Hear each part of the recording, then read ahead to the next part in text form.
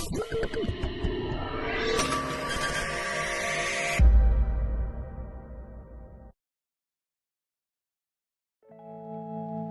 teman-teman, kali ini kita akan membahas tentang prinsip-prinsip komunikasi. Hal ini bertujuan sebagai pedoman yang membantu kita dalam proses bertukar informasi secara efektif. Prinsip-prinsip ini membantu memastikan bahwa komunikasi berlangsung dengan efektif dan efisien. Prinsip yang pertama, proses simbolik atau lambang. Simbol atau lambang adalah isyarat atau tanda yang memiliki makna khusus. Lambang dapat digunakan untuk berkomunikasi secara nonverbal. Dalam komunikasi, lambang atau simbol merupakan salah satu kebutuhan pokok manusia yang bertujuan membedakan manusia dengan makhluk lainnya. Kemudian, lambang atau simbol adalah sesuatu yang digunakan untuk menunjuk sesuatu lainnya berdasarkan sekelompok orang, yang meliputi pesan verbal atau kata-kata, non-verbal, dan objek yang maknanya disepakati bersama. Terakhir, lambang atau simbol adalah salah satu kategori tanda. Hubungan antara tanda dengan objek dapat direpresentasikan oleh ikon dan indeks. Namun, ikon dan indeks tidak memerlukan kesepakatan. Apa itu ikon? Ikon dalam komunikasi merujuk pada tanda atau simbol yang secara langsung menunjukkan atau merepresentasikan objek, ide, atau konsep tertentu. Dalam konteks semiotika, ikon adalah salah satu dari 3 jenis tanda, bersama dengan indeks dan simbol. Ikon biasanya mudah dipahami, karena memiliki hubungan yang jelas dengan apa yang mereka representasikan. Contohnya seperti gambar bintang. Gambar bintang yang merujuk pada makna favorit atau rating. Apa itu indeks? Indeks merujuk pada tanda atau simbol yang menunjukkan hubungan langsung atau keterkaitan antara tanda tersebut dengan objek atau konsep yang diwakilinya. Dengan kata lain, indeks adalah hubungan sebab dan akibat. Indeks menunjukkan kehadiran sesuatu berdasarkan tanda yang dapat diamati.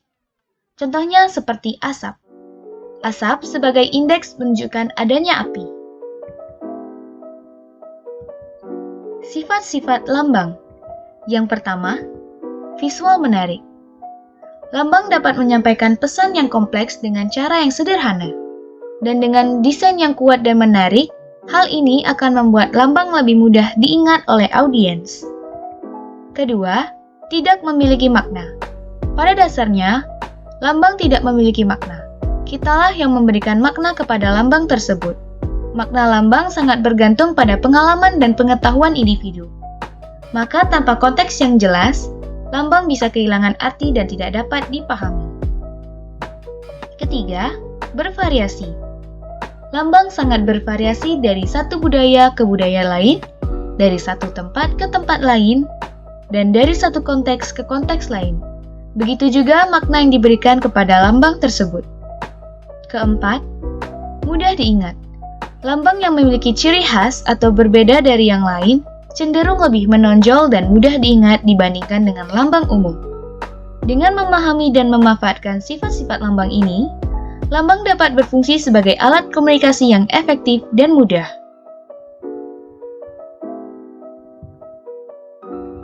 Prinsip yang kedua. Setiap perilaku mempunyai potensi komunikasi. Prinsip yang kedua ini berkaitan dengan komunikasi yang dilakukan secara tidak sengaja. Akan tetapi, tidak berarti semua perilaku adalah komunikasi. Contohnya, seperti seseorang yang melihat rekannya sedang mengantuk. Walaupun orang yang sedang mengantuk tersebut sedang tidak berkomunikasi, akan tetapi perilaku tersebut menghasilkan sebuah pesan yang ditanggapi pada persepsi setiap orang yang melihatnya. Ada yang berpikiran bahwa orang tersebut habis meronda, ada yang berpikiran orang tersebut habis lembur, dan ada yang berpikiran juga bahwa orang tersebut adalah pemalas. Prinsip yang ketiga, dimensi isi dan dimensi hubungan. Dimensi isi berkaitan dengan muatan isi pesan, yaitu apa yang dikatakan dan menyangkut verbal. Sedangkan dimensi hubungan berkaitan dengan cara penyampaian pesan dan menunjukkan bagaimana hubungan antar individu dan menyangkut nonverbal. Contohnya, pada dua orang yang merupakan teman dekat yang saling menyapa, "Woi kocak, apa cok?" Secara dimensi isi atau secara verbal mungkin terlihat kasar, tetapi secara dimensi hubungan atau nonverbal itu merupakan sebuah tanda bahwa mereka berdua memang sudah sangat dekat dan saling menyapa satu sama lain. Tetapi hal tersebut menjadi berbeda jika yang menyapa seperti tadi merupakan orang yang tidak sengaja bersenggolan di jalan. Dalam hal ini dimensi hubungannya bukan menunjukkan keakraban, melainkan saling marah akibat bersenggolan tadi. Prinsip yang keempat, komunikasi berjalan dalam berbagai tingkat kesengajaan. Prinsip ini menganggap bahwa komunikasi sebagai instrumen atau alat untuk mempersuasi orang lain. Contohnya, seperti pada orang yang berorasi untuk membujuk dan mempengaruhi orang lain untuk memilih dia misalnya. Prinsip yang kelima, komunikasi terjadi dalam konteks ruang dan waktu. Pada prinsip ini beranggapan bahwa komunikasi memang dipengaruhi oleh ruang dan waktu-waktu tertentu. Contohnya, komunikasi yang dilakukan di rumah sakit. Komunikasi yang dilakukan di rumah sakit melibatkan seorang dokter dan seorang pasien. Seorang pasien akan diperiksa oleh dokter pada saat pasien telah selesai sarapan. Rumah sakit menunjukkan konteks ruang, dan setelah istirahat atau setelah sarapan menunjukkan konteks waktu. Prinsip keenam, komunikasi melibatkan prediksi peserta. Ketika kita berkomunikasi, biasanya kita akan memperkirakan efek perilaku dari komunikasi kita. Dan hal ini juga terikat dengan aturan atau tata krama, yang dimana artinya orang dapat memilih strategi tertentu berdasarkan bagaimana orang yang menerima pesan akan merespon. Dan prediksi ini juga tidak selalu disadari karena seringkali berlangsung dengan cepat. Contohnya, ada sekelompok anak-anak remaja yang populer di sekolahnya. Dan kamu dari kejauhan sedang melihat mereka berpikir untuk menyapa. Namun sebelum itu, secara tidak langsung Anda pasti berpikir di dalam benakmu, apakah mereka akan menganggap aku? Atau apakah mereka akan memberikan kesan yang bagus ketika aku menyapa mereka? Hal seperti inilah adalah salah satu contoh komunikasi melibatkan sebuah prediksi. Prinsip yang ketujuh, komunikasi bersifat sistemik. Seperti individu yang merupakan sistem yang hidup dari organ-organ dalam tubuh yang saling berhubungan, komunikasi juga menyangkut suatu sistem dari unsur-unsurnya, setidaknya menyangkut sistem internal dan sistem eksternal. Dari sistem internalnya, itu menyangkut sistem yang dibawa dari diri individu ketika berpartisipasi dalam proses komunikasi.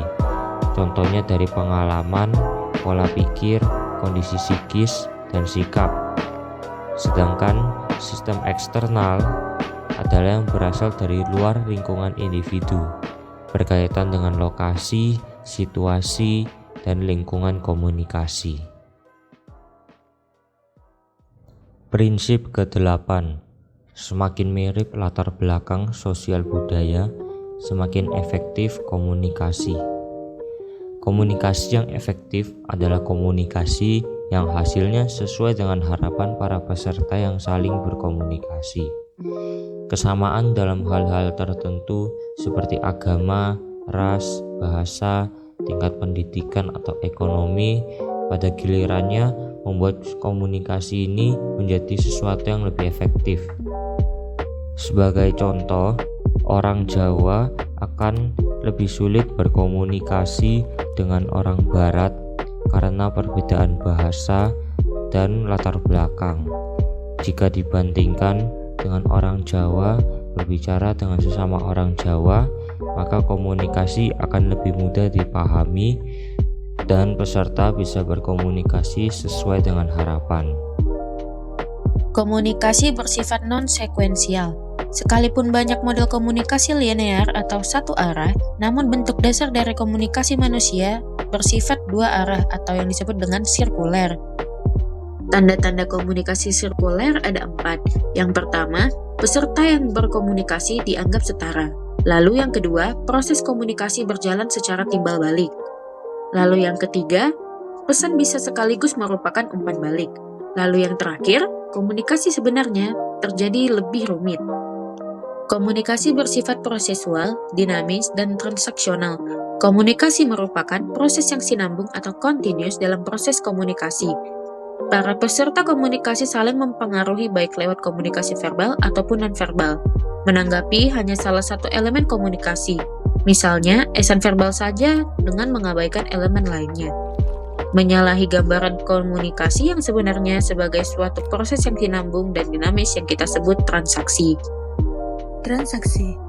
Transaksi menunjukkan bahwa peserta komunikasi saling berhubungan, sehingga tidak dapat hanya mempertimbangkan salah satu saja tanpa memikirkan yang lainnya.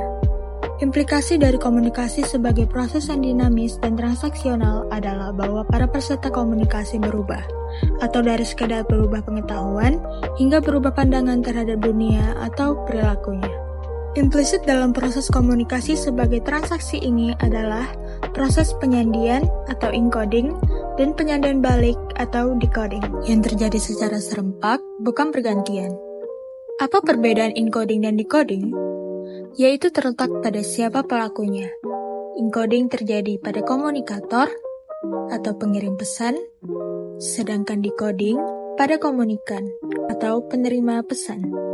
Komunikasi bersifat irreversible, yang berarti tidak dapat diubah atau dikembalikan lagi. Dalam komunikasi, sekali Anda mengirimkan suatu pesan, Anda tidak dapat mengendalikan pengaruh pesan tersebut bagi khalayak, apalagi menghilangkan efek pesan tersebut sama sekali. Komunikasi bukan panacea untuk menyelesaikan berbagai masalah. Dalam hal ini, banyak persoalan dan konflik manusia yang disebabkan oleh masalah komunikasi. Namun komunikasi bukanlah obat mujarab atau panacea untuk menyelesaikan semua masalah atau konflik.